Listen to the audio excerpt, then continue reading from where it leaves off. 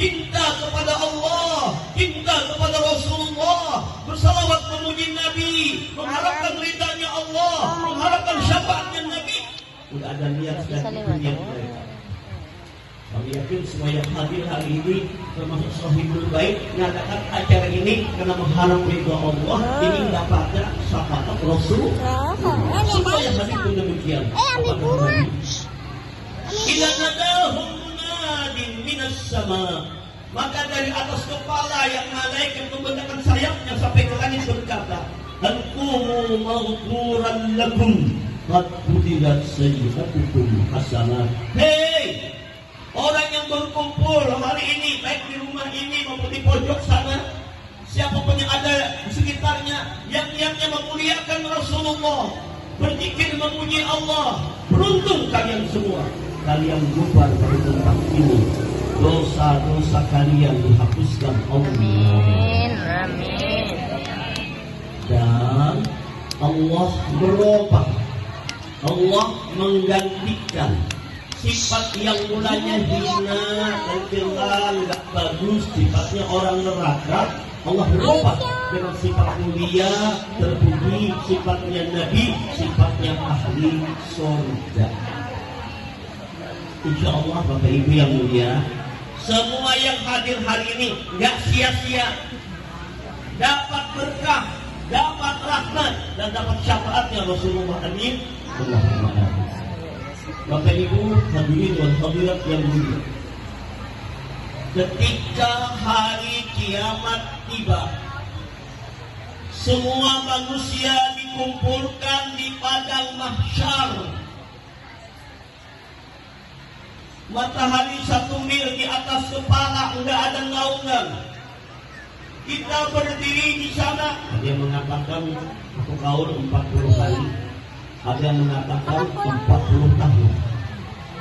Tapi sehari di akhirat sama dengan 1000 tahun di dunia. Kalau 40 hari berapa tahun? 40.000 tahun berdiri menunggu keputusan dari Allah. Siapa yang masuk surga, siapa yang masuk? Hanya dua tadi. Kalau nggak ke surga, ke neraka. Kalau nggak ke neraka, hanya dua ini. Bahkan suatu saat ketika Rasulullah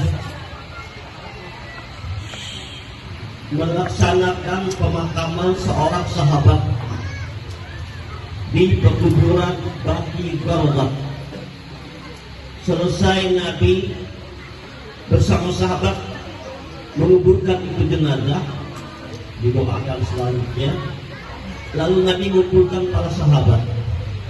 Hei sahabat-sahabatku, kita semua yang berada di alam dunia ini sesungguhnya sudah digariskan oleh Allah, ditakdirkan oleh Allah, belum diciptakan alam semesta. Siapa yang menjadi penghuni surga sudah ada tulisannya. Siapa yang menjadi penghuni neraka pun sudah ada tulisannya. Jadi kita ini Bu, Pak, tinggal menunggu ketentuan dari Allah.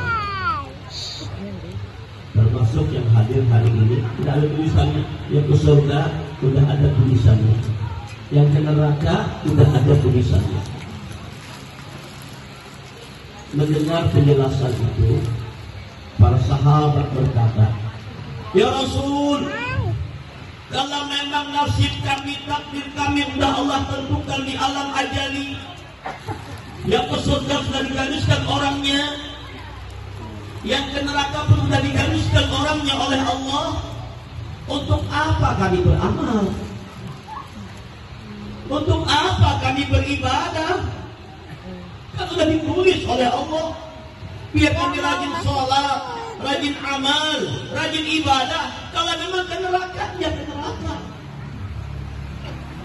Kalau memang kami ini ahli surga, tulisannya biar maksiat, biar berbuat dosa, tetap ke surga, kan sudah ada tulisannya.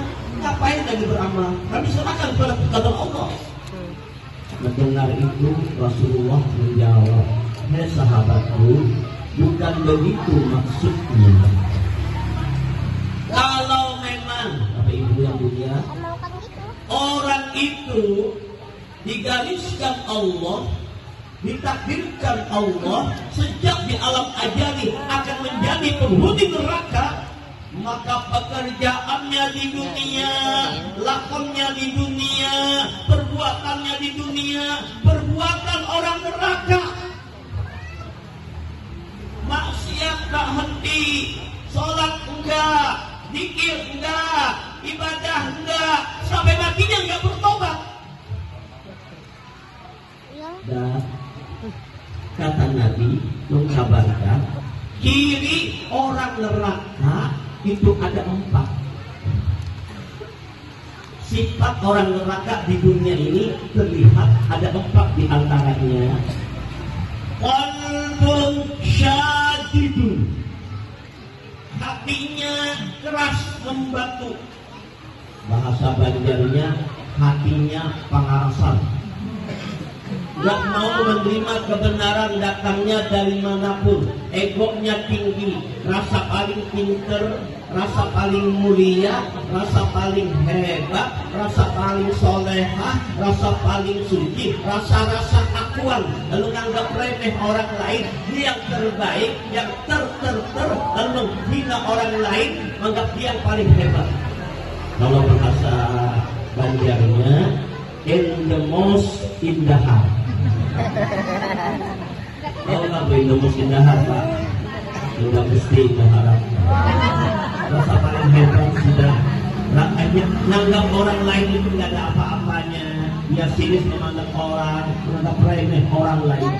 Jadi ada cerita bu, pak, di satu kampung ada seorang sesepuh tokoh terkenal, tapi pangalasan. Disebut orang dengan nama Gulang Rasnang. Rasnang itu artinya mengaras hendak menang. Ada cerita terjadilah di kampung itu orang meninggal,